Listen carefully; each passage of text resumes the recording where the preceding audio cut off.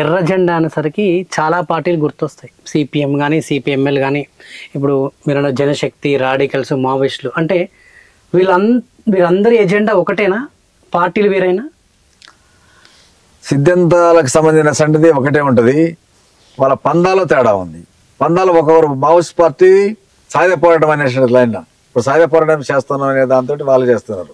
తర్వాత CPI ML నోటిక్స్ party అనేటువంటిది ఉంది, ప్రతిఘట పోరాటాన్ని సాయుధ పోరాటానికి మార్చొచ్చు అనే దాంతో సిపిఐఎంఎల్ నోటిక్స్ పార్టీ చేస్తుంది.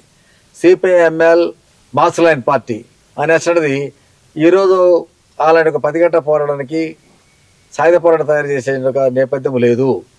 భారతదేశంలో పరిస్థితులు మారినాయి. గతంలో ఉండేటువంటి యొక్క దేశాలకున్న భారతదేశంలో ఉండేటువంటి యొక్క భౌగోళిక పరిస్థితులు, ఆర్థిక సామాజిక పరిస్థితులు మారినాయి. ఇది ఒక రకంగా పెట్టుబడిదారి యొక్క వ్యవస్థగా మారింది. మారిన నేపథ్యంలో ఇక్కడ దీర్ఘకాలిక సాయుధ పోరాటం అనేటువంటిది కుదరదు. ఒకేసారి రకంగా కార్మికులు, రైతులు మొత్తం కూడా బలమైనటువంటి ఉద్యమాలు చేసి రకంగా ఈ దేశంలో రకంగా సోషలిస్ట్ విప్లవం తీసుకురావడం జరుగుతుంది. కాబట్టి ఇక్కడ ఈరోజు క్యాపిటలిజం అనేటువంటిది డెవలప్ చెందింది. కాబట్టి ఇక్కడ ఎక్కువ ఏ వర్గాలు ఉంటాయి? దీన్ని కలిసి వచ్చే వర్గాలు కార్మిక వర్గం, రైతులే దీనికి ఐక్య సంఘంలో బలమైనటువంటి నాయకత్వం ఉంటుంది. కాబట్టి అందుకని వీళ్ళందరూ కూడా కట్టాలంటే ఈరోజు మొత్తం కూడా మన కార్మిక రంగాన్ని బలోపేతం చేయాలి, చేసి వాళ్ళ రైతాంగాన్ని కూడా కొట్టే పని చేసుకోవాలి అనేటువంటి యొక్క లైన్ తీసుకోవడం జరిగింది.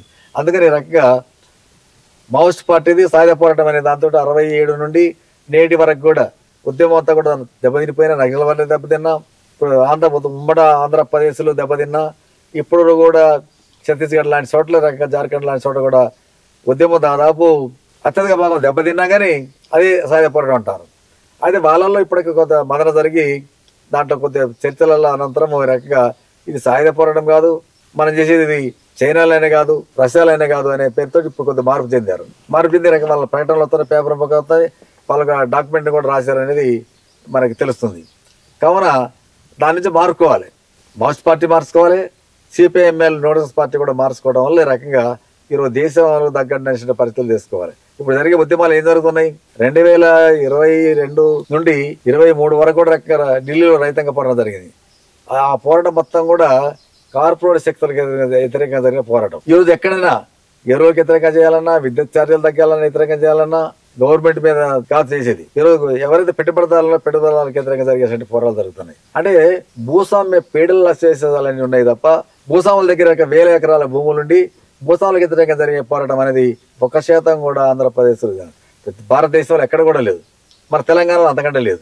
జరిగే పోరాటాలు కూడా పెట్టుబడిదారులకు వ్యతిరేకంగా జరిగే పోరాటాలు. కాబట్టి పెట్టుబడిదారులకు ఎదురు జరిగే పోరాటంలో ఏ వ్యవస్థ వస్తుంది, ఏ సమాజం మారుతుంది అంటే సోషలిస్ట్ సమాజం అనేది మారుతుంది, ఆ వ్యవస్థ అనేది వస్తుంది అనేది సిపిఐఎంఎల్ మాస్ లైన్ యొక్క పార్టీ యొక్క లైన్.